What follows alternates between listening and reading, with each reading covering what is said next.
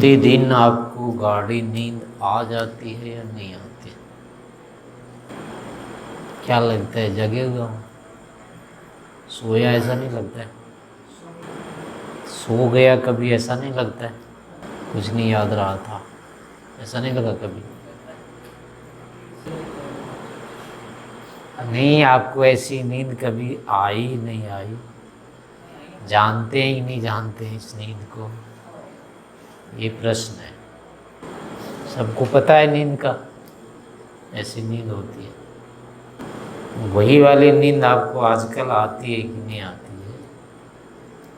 नहीं आती है। गए कौन सा स्वप्न? तो स्वप्न है ना, वो तो नींद है ही नहीं। नींद तो वही है जिसमें लगे उठने की बात। नहीं, बहुत अच्छी नींद आई, उठने की बाद ऐसी प्रतीति होना, ऐसा यदि है तब तो चलो जीवन में कुछ बचा है, नहीं तो गए। वही एक तो जीवन में होता है अवसर, जीवन की सबसे बड़ी उपलब्धि और क्या है? पूरी तरह से निर्द्वंद होना, निश्चिंत होना, निर्बाध होना, बेखबर हो जाना, इसको ही तो कहते हैं ना उपलब्धि। दिन रात और किसको चाह रहे हैं? तो वो और कहाँ मिलता है? नींद में ही तो मिलता है, और कहाँ मिलता है? तो वही है, और तो कहीं है ही नहीं कुछ बचा हुआ। और वो भी अगर हाथ से गया तो क्या बचा? वही तो दुर्भाग्य हो जाएगा ना। चलो, जिसको नहीं आती है वो तो भाग्यहीनों में आ गई, उसको हम नहीं लेंगे अभी यहाँ पे। जिसको है अभी उपलब्ध, उसके अनुसार हम आधार पर बात करेंगे। मान लो वो वाली जो नींद है वो टूटे ही नहीं, बने ही रह जाए, तो इसमें गाढ़ लाभ है या हानि है? तो इसमें ये होगा उत्तर, गाढ़ी निद्रा की जो स्थिति है उसके बने रहने से केवल मोक्ष की, ज्ञान विज्ञान की हानि होगी। लौकिक दृष्टि से कोई हानि नहीं होगी, क्योंकि लोक से जो कुछ भी मिलता है उससे ज़्यादा मिलता है। क्योंकि इसकी जो भी उपलब्धियां होगी ना बाहर की, इससे बढ़कर के वो उपलब्धि है। नहीं, जागरण की नहीं, वो तो स्वप्न की है, वो नहीं, निद्रा की है वो, जागरण की नहीं। जागरण में तो खाना पीना देखना, वो भाग दौड़ दोनों बराबर रहेगा। अपना जो यहाँ लेने का है अभिप्राय, अपने को जो मुक्ति प्राप्त करने में भय लगता है, संसार के छोड़ने में या छूटने में जो भय लगता है, वो वस्तुतः वास्तविक नहीं है। जो इसके छूटने से डर लग रहा है नहीं कि मैं नहीं रहूँगा, क्या होगा मेरा, तो वस्तुतः ऐसा कुछ नहीं होता है। जैसे कि नींद में ये सब छूट जाते हैं, कुछ भी नहीं रहता है, लेकिन कुछ भी नहीं बिगड़ता है वहाँ। गाढ़ी निद्रा में आत्मा का क्या बिगड़ता है? कुछ भी नहीं बिगड़ता है, पूरी तरह से सुरक्षित रहता है।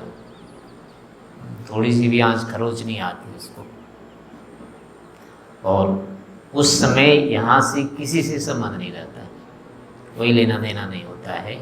तो जिस अवस्था में, कहने का अभिप्राय है कि संसार से, संबंध से कोई लेना देना नहीं है, उस अवस्था में भी आत्मा की कोई क्षति नहीं होती है।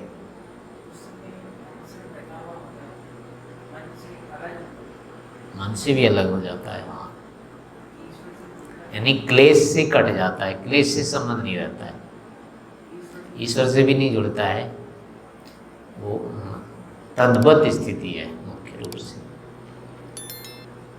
यानी दुख ही नहीं होता है, दुख से संपर्क नहीं होता है। बस सुख तो रहता है, सात्विक सुख होता है, वो ईश्वर का नहीं होता है। ईश्वर का सुख तो बिना ज्ञान के नहीं होगा, वहाँ ज्ञान काम नहीं करता है। इस कारण से उसके जैसा है, मतलब जैसा भी मतलब है कि क्लेश पूर्वक नहीं है वो स्थिति, वहाँ क्लेश का संबंध नहीं रहता है। नींद में, स्वप्न में क्लेश जुड़ जाता है, जागरण में क्लेश जुड़ा रहता है। आत्मा को ज्ञान हो रहा होता है, लेकिन कोई विशेष ज्ञान नहीं होता है। बस विशेष ज्ञान विज्ञान काम नहीं करता है, इसलिए समाधि में तो काम करता है, वही स्थिति होती है। समाधि में भी क्लेश रहित अवस्था हो जाती है, तो उस समय भी वही सुख होता है जैसा कि निद्रा में होता है। पर अंतर यह होता है कि नींद में क्लेश ना होने पर भी बुद्धि नहीं चल रही होती है, ज्ञान काम नहीं कर रहा होता है पूरा पूरा।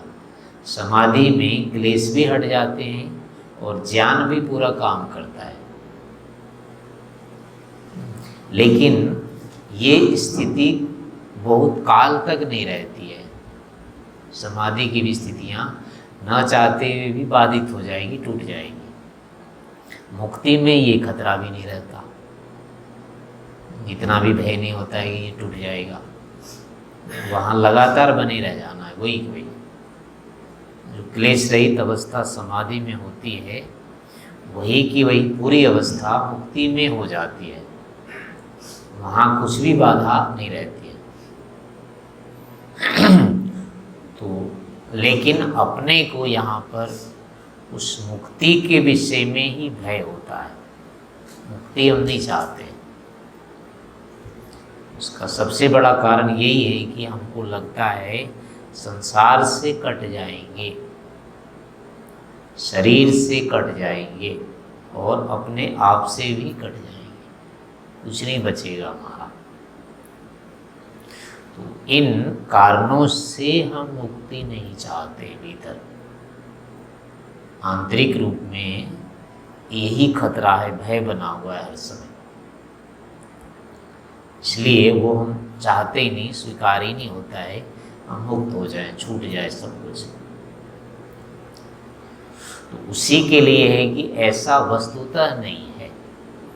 ये हमारा क्या है, मिथ्या ज्ञान है कि कुछ नहीं बचेगा, क्योंकि ये स्थिति हमारी रोज आती है जहाँ हम सबसे कट जाते हैं, रोज कटते हैं सबसे। लेकिन सबसे कट जाने के बाद भी पूरे पूरे रहते हैं, कुछ भी हानि नहीं होती है, कुछ भी नहीं बिगड़ता है। तो जब रोज कटने के बाद कुछ नहीं बिगड़ता है, तो रोज के लिए कट जाएंगे तब क्यों बिगड़ जाएगा? तब भी नहीं बिगड़ेगा। यानी कटने से नहीं बिगड़ता है तो कटने से क्यों बिगड़ेगा? कटने से ही बिगड़ेगा यही तो मान रहे हैं ना। लेकिन उसी का तो उत्तर है कि कटने से ही नहीं बिगड़ता है। उसका ये उदाहरण है निद्रा, कि सबसे कट जाने के बाद भी हमारा कुछ नहीं बिगड़ता है, कोई हानि नहीं होती है, हम पूरी तरह से सुरक्षित रहते हैं। तो यही की यही अवस्था मुक्ति में भी होती है। इसलिए मुक्ति की अवस्था भी चिंताजनक नहीं है, भयावह नहीं है, हानिकारक नहीं है। उसमें भी हम पूरी तरह से सुरक्षित ही रहेंगे। वैसे तो मर करके फिर जी जाते हैं, मरने से ही डरते हैं कि पहले समाप्त हो जाएंगे, फिर जन्म ले लेते हैं। उस विषय में नहीं लगता है कि जन्म कैसे ले लिया। मरने का चिंता तो होती है कि सब समाप्त हो जाएगा, लेकिन जो जन्म ले रखे इसकी नहीं होती है कि बन कैसे गया। यानी बिगड़ जाने की तो चिंता है, लेकिन बन कैसे गए। निदान देना पड़े, कुछ देना पड़े तो घबराहट होती है ना। और जो मिल रहा है तो क्या, उसकी चिंता करते ही नहीं है। वैसे ही यहाँ पर भी चिंता होनी चाहिए थी। अगर मरते समय हमको लगता है कि समाप्त हो जाएंगे, इस विषय में चिंता होती है, तो जन्मने पर भी तो चिंता होनी चाहिए कि जन्म लिया है तो कैसे बना, शुरुआत कैसे हो गई, था ही नहीं कुछ, जब कहीं कुछ नहीं था, हम थे ही नहीं, तो ये बनना शुरू कहाँ से हो गया।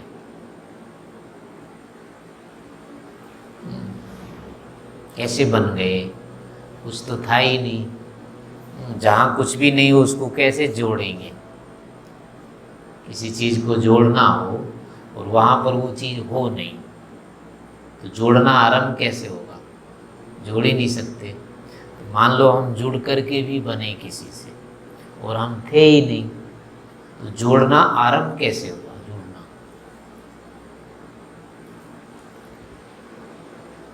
लेकिन ये हमारा प्रश्न नहीं बनता है।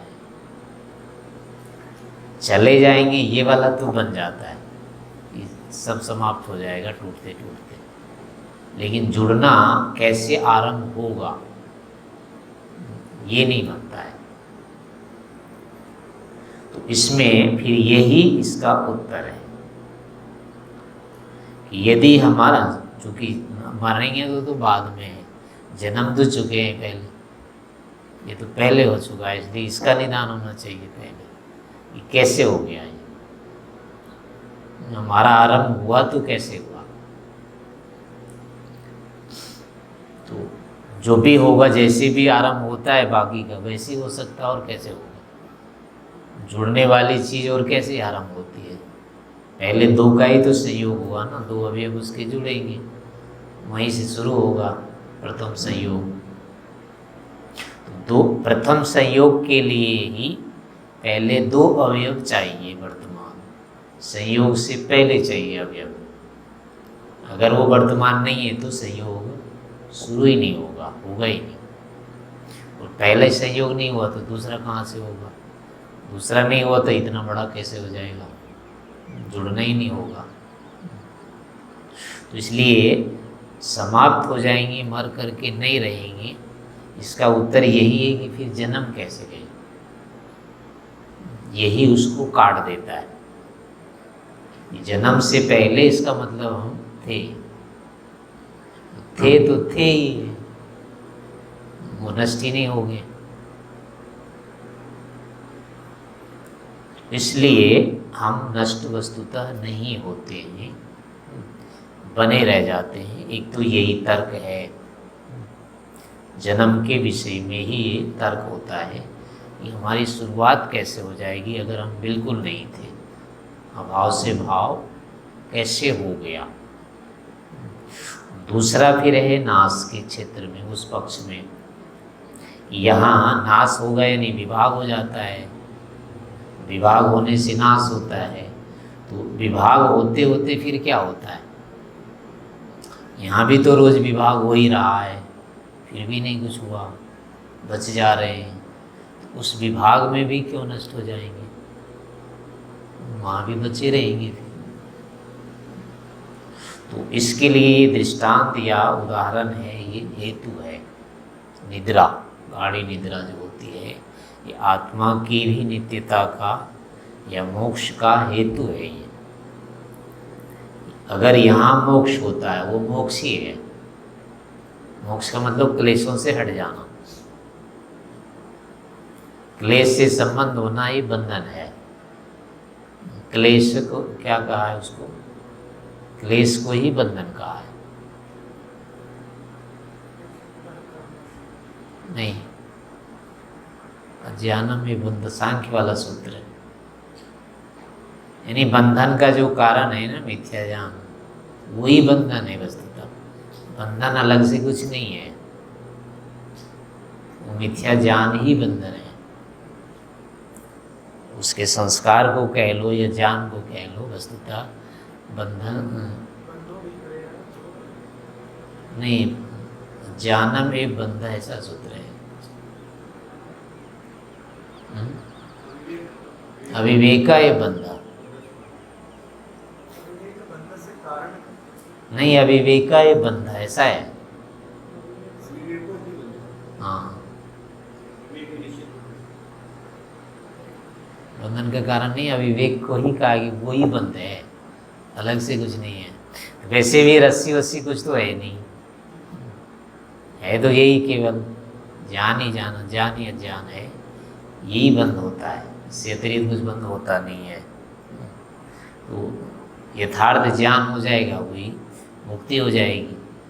इस कारण से मुक्ति एक तो द्रव्य रूप में जब कहेंगे तो प्रकृति के साथ पूरा संबंध कट जाना और ईश्वर के साथ संबंध हो जाना, उसमें दोनों मिले लगेंगे, तब मुक्ति होगी। क्योंकि प्रलय में मुक्ति नहीं होती है, केवल प्रकृति से हट जाने का नाम मुक्ति नहीं है।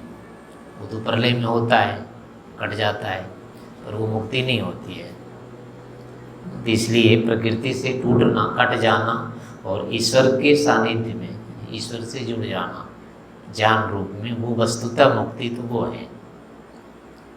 लेकिन वो उससे पहले जो व्यवहार काल में या जीते जी जो होती है मुक्त अवस्था, यहाँ वो यही है, ये बंधन का ही हट जाना, मिथ्या ज्ञान का ही नष्ट हो जाना, यही मुक्ति हो जाती है।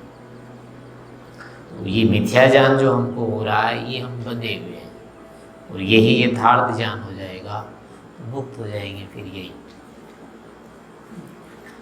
इस कारण से ये इस प्रकार विचार करते रहना चाहिए कि हम मुक्ति का यानी अनुरोध नहीं कर रहे हैं, बल्कि विरोध कर रहे हैं, चाह नहीं रहे हैं, नहीं चाहते हैं, उसके लिए हमको डर लगता है, भय होता है, तो उस पर विचार करना चाहिए वस्तुतः क्या हो सकता है, क्या भय है वहाँ पर, क्या संभावना है वहाँ, और ऐसा क्यों होगा, उसके भी कारण चाहिए। भय के भी कारण हैं, वो भी वास्तविक हैं या बस केवल कल्पना है। ऐसे विचार करने से धीरे धीरे हमारा ज्ञान कम होता है, ज्ञान बढ़ता है।